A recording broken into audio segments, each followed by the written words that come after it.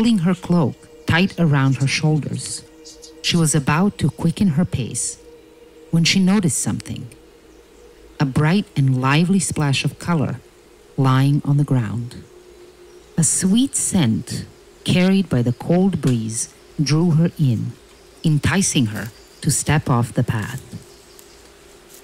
As she walked closer and closer, she saw that it was a beautiful flower, richer and redder than anything she had ever seen.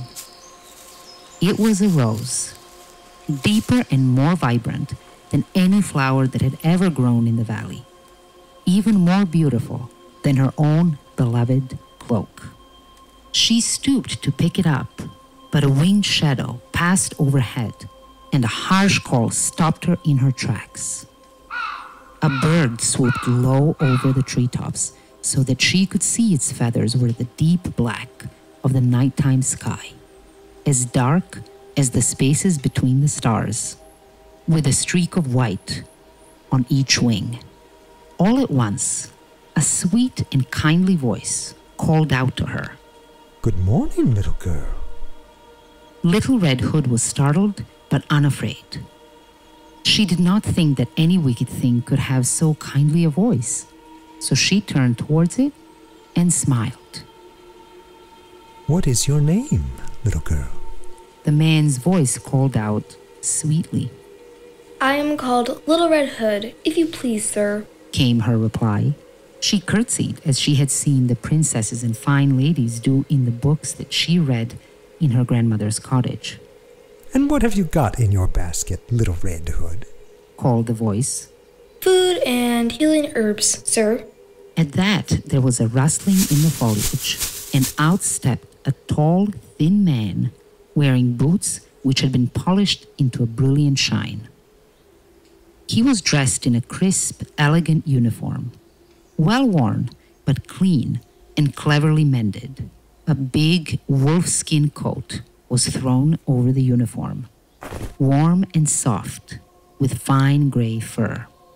The wolf's head was still attached, pulled up to form a sheltering hood. An old musket was slung over one shoulder, and a well-used saber was slung over the other, dangling down to his hip. Little Red Hood's mother and grandmother would have known at once that he was a hunter, well paid for the bounties he took, and quite good at his chosen profession. Little Red Hood did not know this. She only saw the pretty rose and only heard his kind voice. Looking down at Little Red Hood, he smiled and cocked his head to the side. "And where are you going with this basket, Little Red Hood?" asked the hunter. "I'm going to my grandmother, sir," she answered. "Where does your grandmother live, Little Red Hood?" She noticed that the eyes of the wolf's head hood had been sewn closed to keep out the rain. "She lives at the end of this path through the great forest in a little cottage near the foot of the mountains, sir.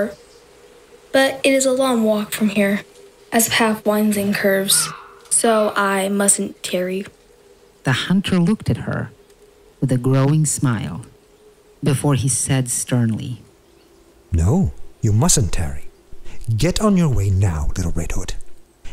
And please, wish your grandmother a good evening from me when you see her." With a rustle and swirl of his wolfskin cloak, he vanished into the trees, leaving Little Red Hood all alone.